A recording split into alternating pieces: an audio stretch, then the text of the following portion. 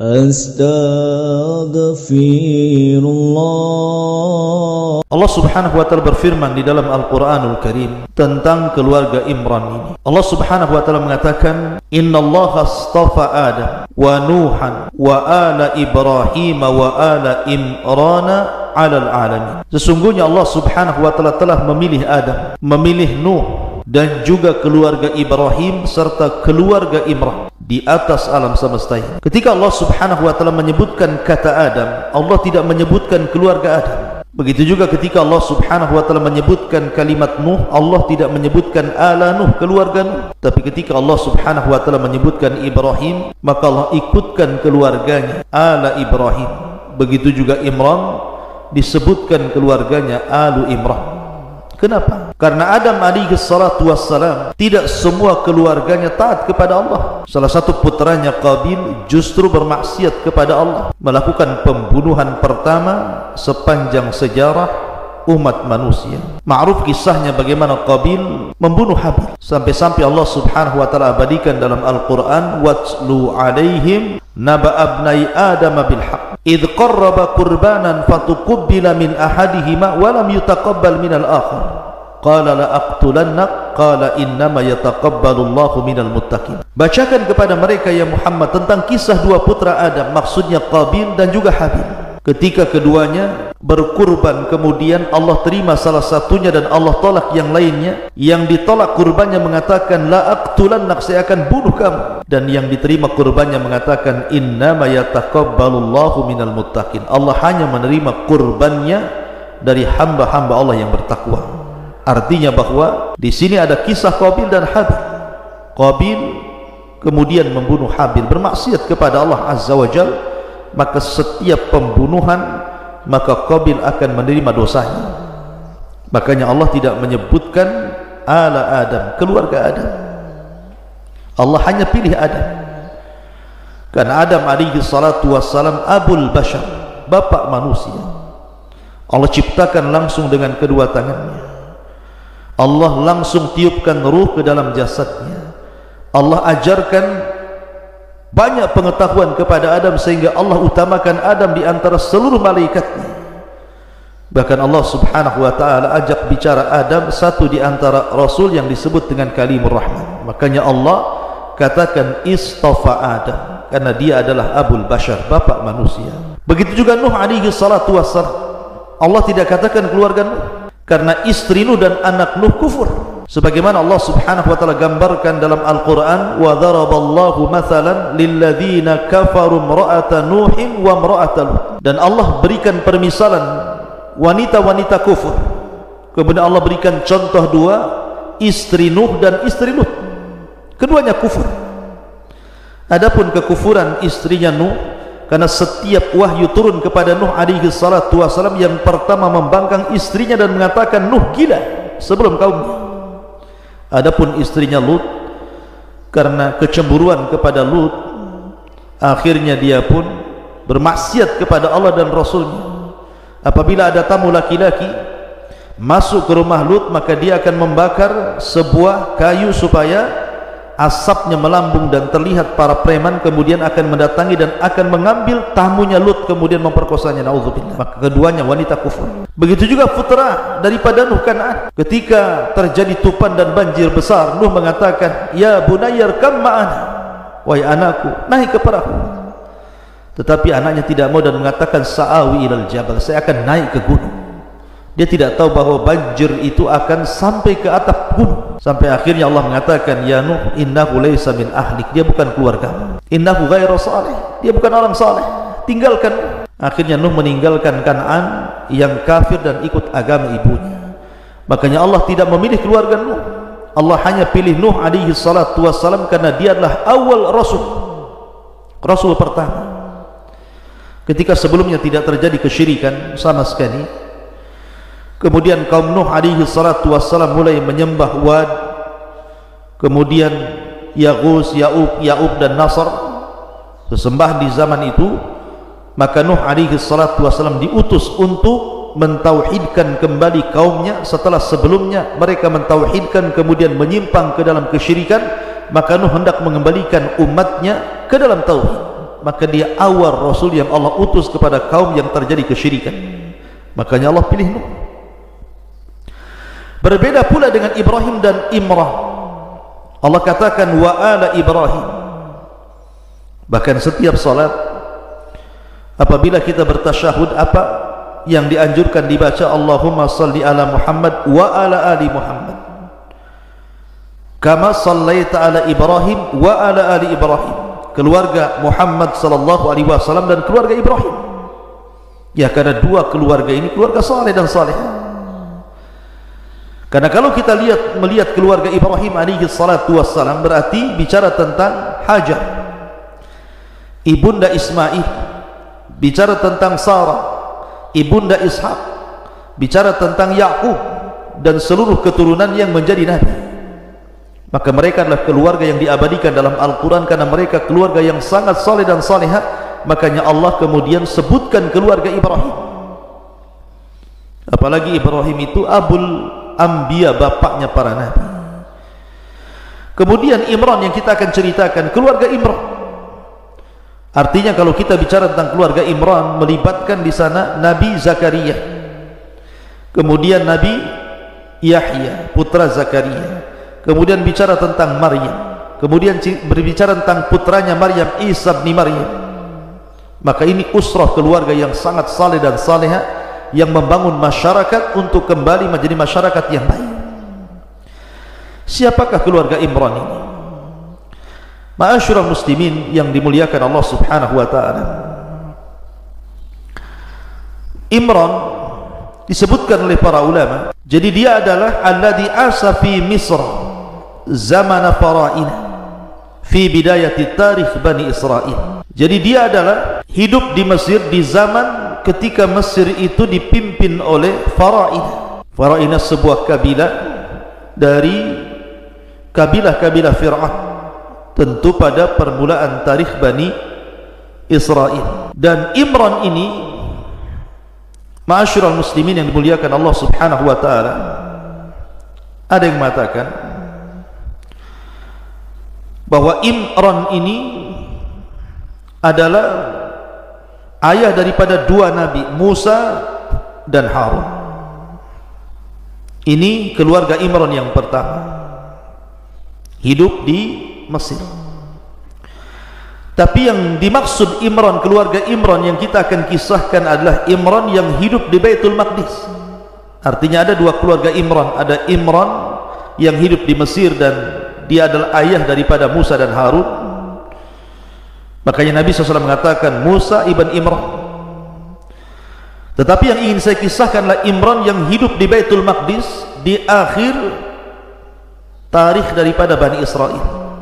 Kalau tadi hidup di permulaan tarikh Bani Israel, ini hidup di akhir tarikh Bani Israel. Dan dia adalah ayahanda daripada Maryam dan juga suami daripada Hannah bintu Faqud, ibu daripada Maryam. Lah, keluarga Imran ini ada yang mengatakan dialah adalah pemimpin atau pengasas yang memakmurkan Baitul Maqdis. Artinya dia sangat dimuliakan di Baitul Maqdis.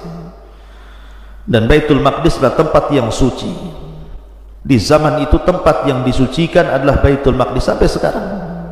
Baitul Maqdis salah satu tempat tersuci setelah Mekah dan juga setelah Masjidil Haram, kemudian Masjid Nabawi, kemudian Baitul Maqdis. Didirikan oleh Nabi Allah Sulaiman alaihi salatu wassalam, putra Daud alaihi salatu wassalam. Artinya keluarga Imran ini masih nasabnya kepada Nabi Allah Sulaiman dan juga Daud alaihi salatu wassalam. Jadi keluarga Imran ini betul-betul mengabdikan seluruh kehidupannya untuk memakmurkan Baitul Maqdis. Dan dia yang mengatur seluruh peribadatan di Baitul Maqdis. Jadi padri-padri di bawahnya, para pendeta, orang-orang saleh itu diatur oleh keluarga Imran. Makanya kemudian dia sangat dimuliakan pada keluarga yang sangat saleh oleh para orang-orang saleh yang ada di Baitul Maqdis kala itu. Makanya wajar karena kehidupannya diserahkan untuk Allah untuk memakmurkan Baitul Maqdis, makanya wajar kalau Allah kemudian cantumkan keluarga ini sebagai nama dari nama-nama Al-Quran Al-Imran setelah surah Al-Baqarah. Ma'asyiral muslimin yang dimuliakan Allah Azza wa Jalla, bagaimana kisahnya keluarga Imran ini? Allah Subhanahu wa ta'ala mengkisahkan tentang keluarga Imran ini, tentu nanti akan banyak pelajaran yang sangat berharga tentunya bagi kita yang sudah berkeluarga. Bagaimana sebuah keluarga yang memiliki tujuan yang sangat mulia. Karena banyak keluarga itu yang hidup hanya untuk makan, minum, tidur, buang hajat, dan begitu seterusnya tanpa ada tujuan hidup sama sekali.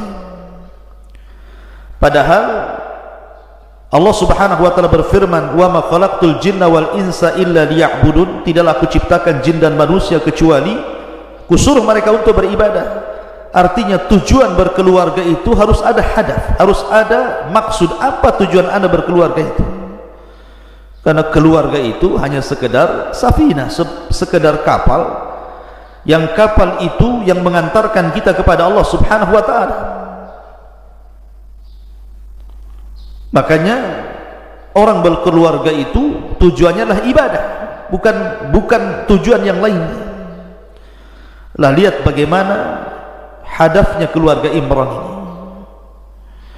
Allah Subhanahu wa ta'ala berfirman, dan kita tahu bahwa keluarga Imran ini hidup di masa ketika seluruh kekuasaan Baitul Maqdis itu dikuasai oleh orang-orang Romawi. Jadi Baitul Maqdis dan Bani Israel itu dikuasai oleh hukum Romawi ketika itu. Karena kita tahu Bani Israel itu dihinakan oleh Allah karena mereka bermaksiat kepada Allah dan Rasulnya, sehingga setiap kali datang penjajah kemudian terbebas dari penjajahan, datang penjajah yang lain, sehingga terakhir mereka dikuasai oleh hukum Romawi. Jadi orang-orang Romawi menguasai Bani Israel, sehingga kemudian tersebar kesyirikan di mana-mana. Karena orang-orang Romawi itu mengajarkan kesyirikan, menyembah berhala. Lah dari sini kemudian keluarga Imran ini bercita-cita kepada Allah.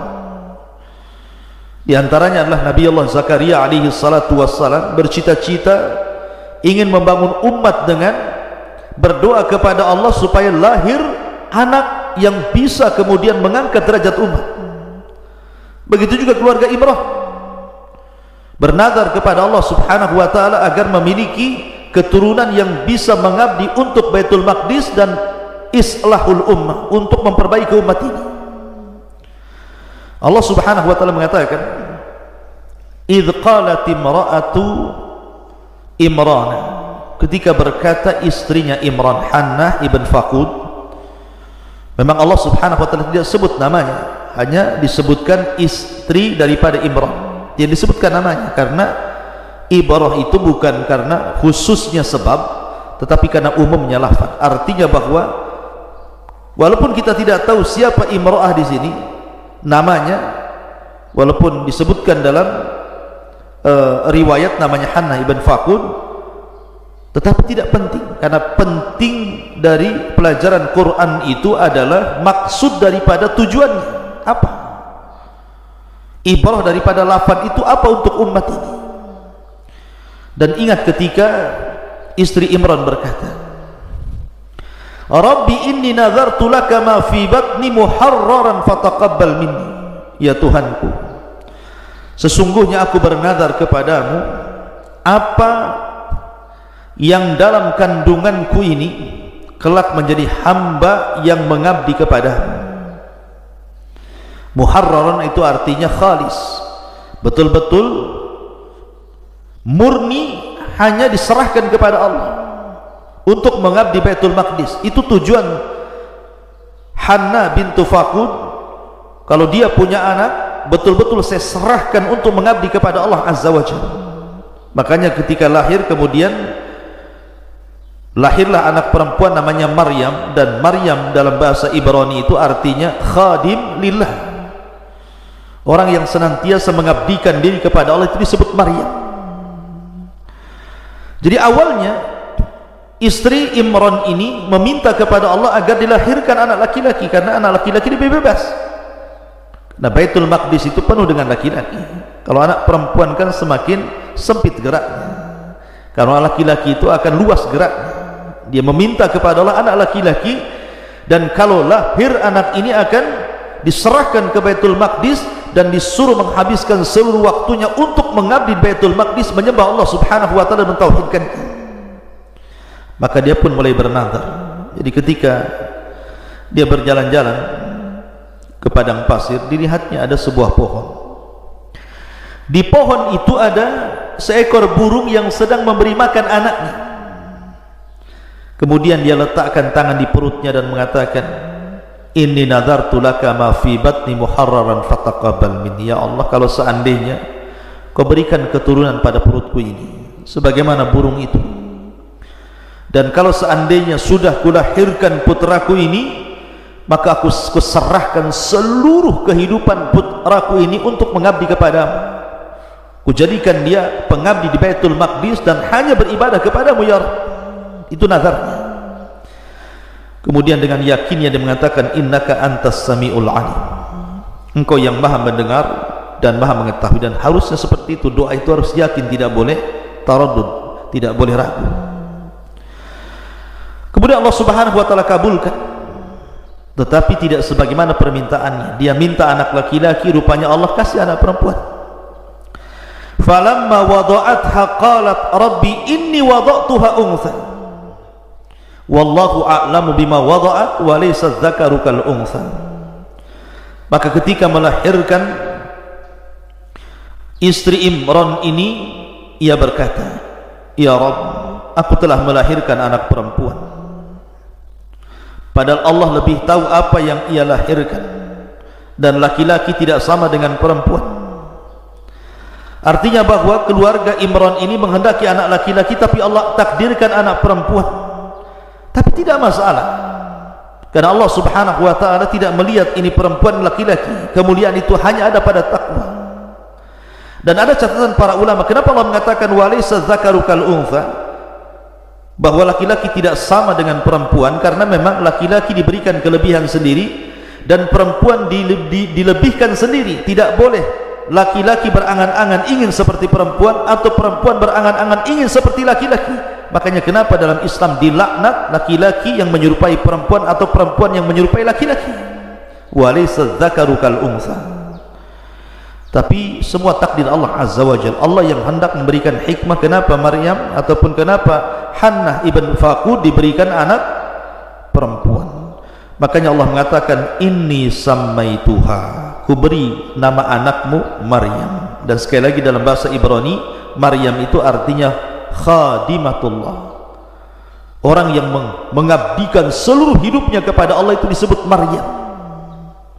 Ya, karena Maryam telah mengabdikan seluruh kehidupannya di Baitul Maqdis untuk Allah.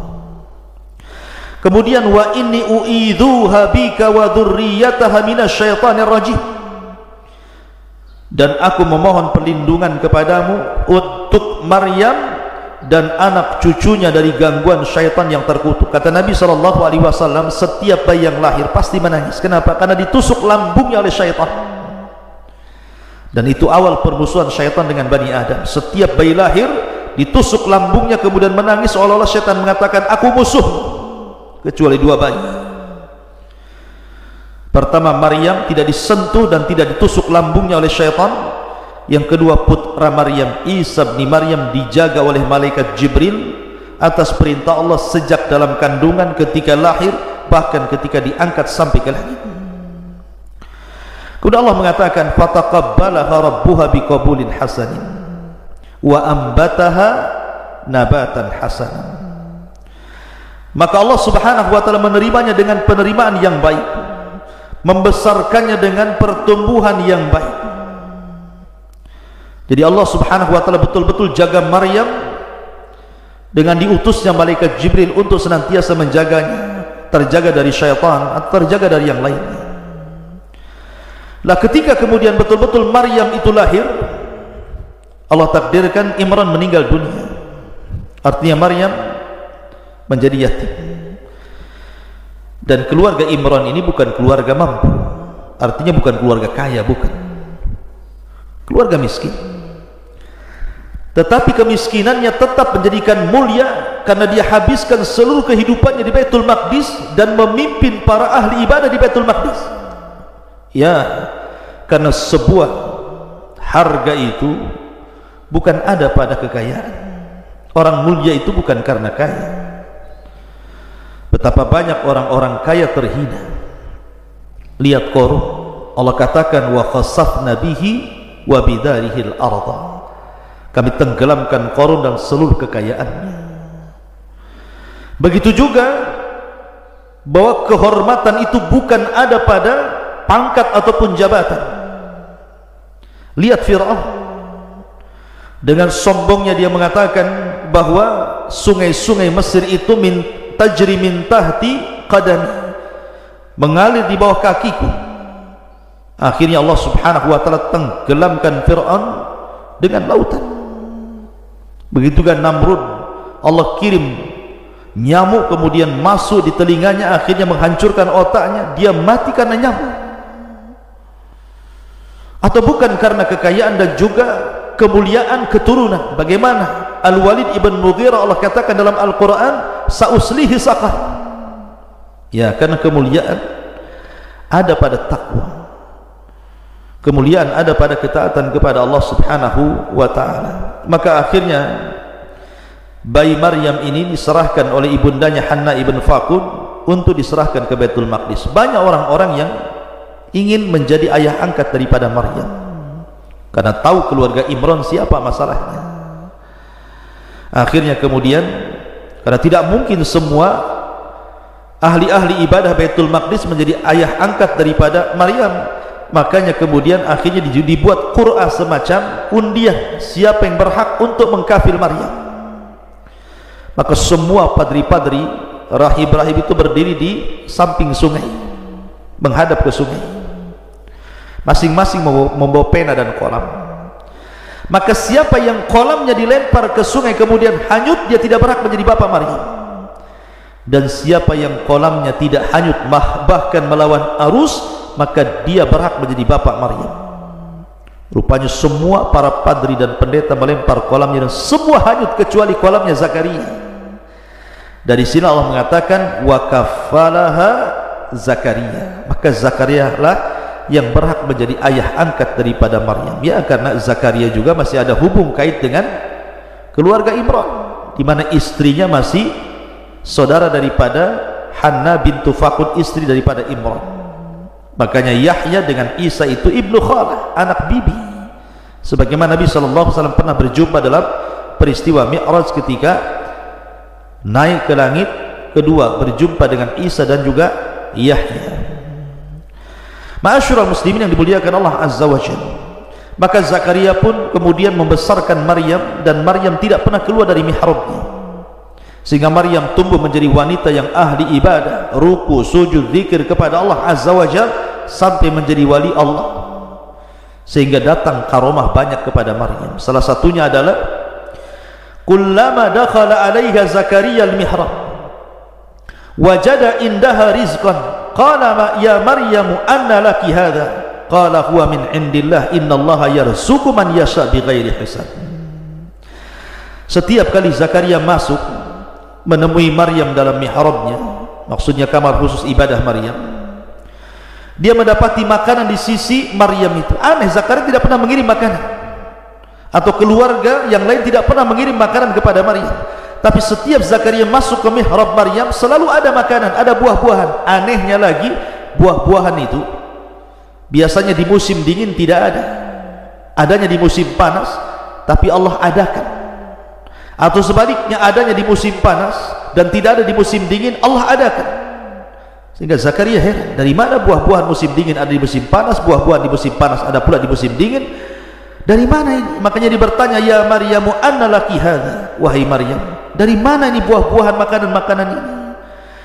Maryam hanya mengatakan, qalat huwa min indillah innallaha yarzuqu man yasha bighairi hisab. Ini semua datang dari Allah kepada siapapun yang Allah kehendaki tanpa ada batas. Dan ini karamah Maryam. Dari sini Zakaria berpikir, karena Zakaria itu kan sudah tua sementara istrinya mandul. Dia sudah berdoa kepada Allah tapi Allah belum ijabah punya anak. Dari situ dia makin semangat. Bagaimana mungkin Allah bisa menghantarkan makanan di musim dingin ada di musim panas, makanan musim panas ada di musim dingin? Kalau ini mampu Allah lakukan kepada Maryam, kenapa pula Allah tidak mampu memberikan keturunan kepadanya? Tidak ada yang mustahil bagi Allah Azza wa Jalla. Dari situlah maka Zakaria mengatakan, hunalika da'a Zakaria rabbah qala rabbi habli min ladunka dzurriyyatan thayyibatan innaka sami'ud du'a. Di sanalah Zakaria berdoa kepada Tuhannya dan berkata, ya Tuhanku, berilah aku keturunan yang baik di sisimu, sesungguhnya engkau maha mendengar doa. Allah kabulkan doa Zakaria. Fanadathul malaikatu wa huwa qa'imun yusalli fil mihrab annallaha yubashshiruka bi Yahya musaddiqan bi kalimatin minallahi wa sayyidan wa hasuran wa nabiyyan minas salihin. Kemudian para malaikat memanggilnya dan mengatakan, ya Zakaria. Ketika itu dia berdiri melaksanakan salat di mihrabnya. Ya Zakaria, Allah menyampaikan kabar gembira kepadamu dengan kelahiran Yahya yang membenarkan sebuah kalimat firman dari Allah, akan menjadi panutan bagi umatmu dan berkemampuan menahan diri dari hawa nafsu, dan dia seorang nabi dan dia menjadi orang saleh di antara orang-orang saleh. Ma'asyiral muslimin yang dimuliakan Allah Azza wa Jalla, ketika itu istrinya mengatakan, Nabi Zakaria mengatakan, qala rabbi anna yakunu li ghulam wa qad balaghani al-kibar wa imraati akhir. Zakaria mengatakan, ya Tuhanku, ya Rabb, bagaimana aku bisa mendapatkan anak sementara aku sudah tua, istriku pun mandul? Tapi Allah jawab, qala kadzalika Allahu yaf'alu man yasha. Demikianlah Allah berbuat apa yang dia kehendaki. Ma'asyiral muslimin yang dimuliakan Allah Azza wa Jalla, ini di antara kisah singkat daripada keluarga Imran. Karena kemudian nanti kisahnya akhirnya Allah takdirkan Maryam mengandung kemudian melahirkan Isa. Dan ini ujian bagi Maryam. Wanita sekelas Maryam saja yang sangat suci, tidak pernah maksiat, senantiasa hidup di mihrabnya, kerjanya hanya ruku, sujud dan beribadah kepada Allah, tidak lepas daripada cacian Bani Israel. Dituduhnya Maryam berzina.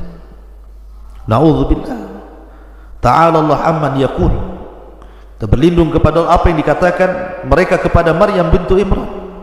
Dan ini pelajaran bahwa setiap manusia tidak lepas daripada lisan manusia. Oleh karena itulah maka bersabarlah seperti sabarnya keluarga Imran. Makanya kenapa surah Ali Imran ini turun setelah perang Badar dan di tengah-tengah perang Uhud. Ada dua pelajaran. Pertama, karena Badar itu perang yang dimenangkan kaum muslimin. Lalu apa hubungan kemenangan di perang Badar dengan bicara keluarga Imran? Artinya bahwa kemenangan di luar tidak lepas daripada kemenangan dalam keluarga. Maka ketika dalam sebuah keluarga seorang kepala keluarga menang mendidik istrinya, anak-anaknya, kemudian terlahir anak-anak yang soleh dan salehah, maka akan pasti mengalami kemenangan di luar sana. Kemudian yang kedua, kenapa pula kemudian turun di tengah-tengah perang Uhud? Bukankah perang Uhud mengalami kekalahan? Kita tahu bahwa keluarga Imran ini simbol daripada tadhiyah. Tadhiyah itu artinya pengorbanan.